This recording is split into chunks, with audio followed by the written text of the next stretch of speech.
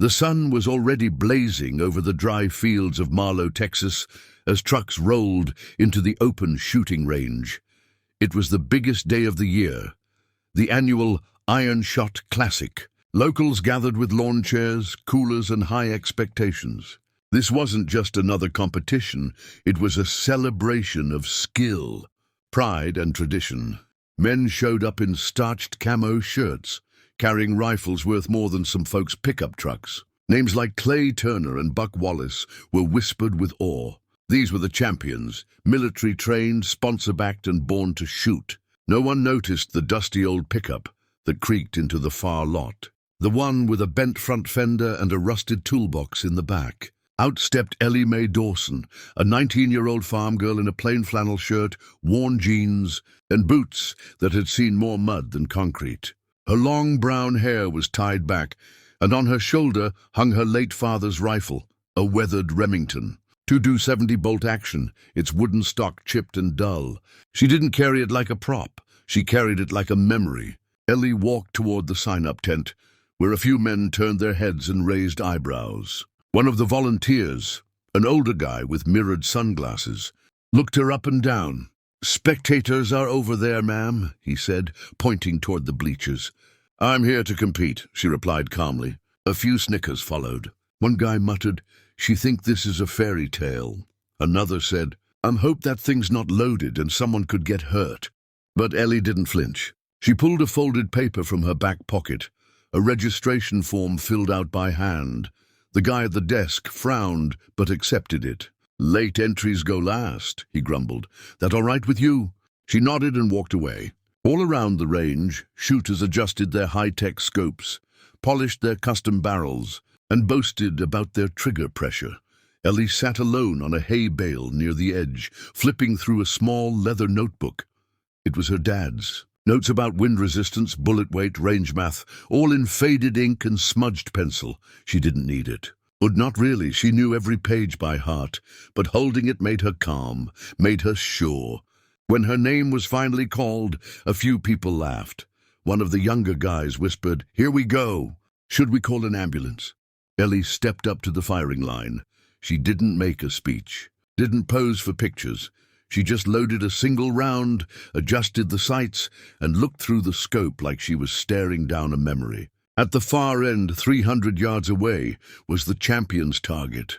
A new round had just finished. Clay Turner was grinning, slapping hands with his buddies after a 98-point score. He walked by Ellie and smirked. "Be careful with that toy, cowgirl. Recoil might knock you over." Ellie didn't respond. Her finger rested lightly on the trigger. She exhaled slowly and squeezed. The sound cracked like a whip. The bullet tore through the air, cutting the breeze with surgical precision. A red light blinked on the screen. A judge looked up, confused then stunned. The crowd went quiet. "Bullseye, dead center," someone finally said. Whispers rippled. A few jaws dropped. Clay Turner's grin vanished. Ellie stepped back, reloaded, and got ready for her second shot, like nothing surprising had happened. But the range would never see her the same way again. Ellie stood calmly at the firing line, brushing a strand of hair behind her ear as the murmurs behind her grew louder. The crowd that had once ignored her now leaned forward in silence, their eyes locked on the girl who had just shattered a bullseye like it was nothing. She didn't look up, didn't search for approval. Her hand slid another round into the chamber like she'd done it 1,000 times on the family farm, aiming at coyotes or tin cans on the fence post. She fired again. Another perfect shot. Gasps followed. One of the judges leaned closer to the screen. "That's not just good," he muttered. "That's clean. Dead clean." Clay Turner, standing off to the side, was no longer smiling.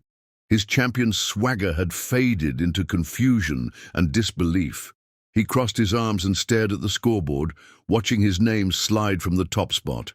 Ellie's name, handwritten at the bottom of the entry list, now blinked in bold letters beside a string of perfect scores. People who had laughed earlier now stood with their phones out, recording her every move. Someone whispered, "Who is she?" Another replied, "Some farmer's kid, I think. She wasn't even on the list this morning." As Ellie lined up her final shot, the wind picked up slightly. She paused, felt the breeze on her cheek, and adjusted her stance by half a foot.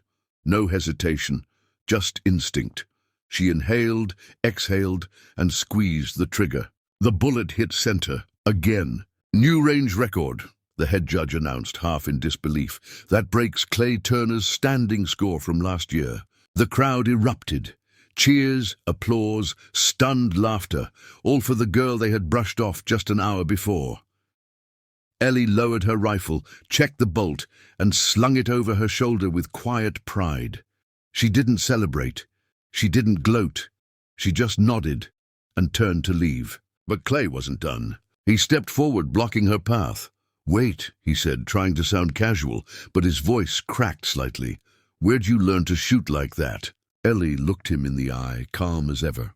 "My dad taught me," she said, "out on our land. We didn't have scopes or sponsors, just iron sights and patience." Clay nodded slowly. He reached out a hand. "Well, that was some fine shooting. You earned it." She shook his hand. "Thanks." From the crowd, a local news reporter approached, mic in hand. "Ellie, right? Can we ask you a few questions for Channel 12? You just made history today." Ellie gave a shy smile. "I'm not much for cameras, but sure." As they led her toward the cameras and lights, Ellie glanced back at the range. It looked the same, sunlit and dusty, just like any other day. But something about it had changed. The same people who once doubted her were now applauding. The name Dawson had become something more than just a name on an old farmhouse mailbox.